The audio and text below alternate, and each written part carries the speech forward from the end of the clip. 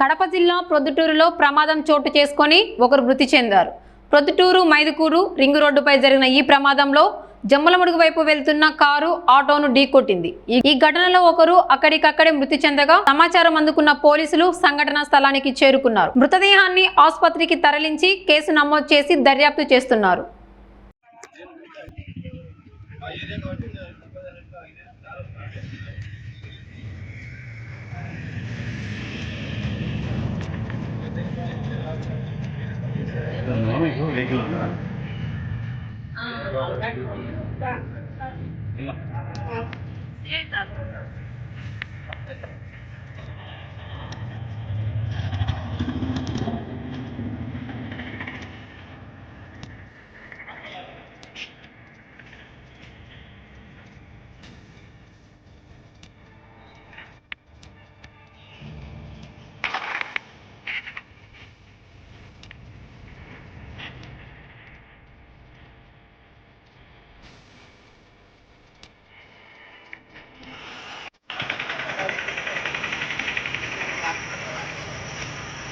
तो पकड़ आया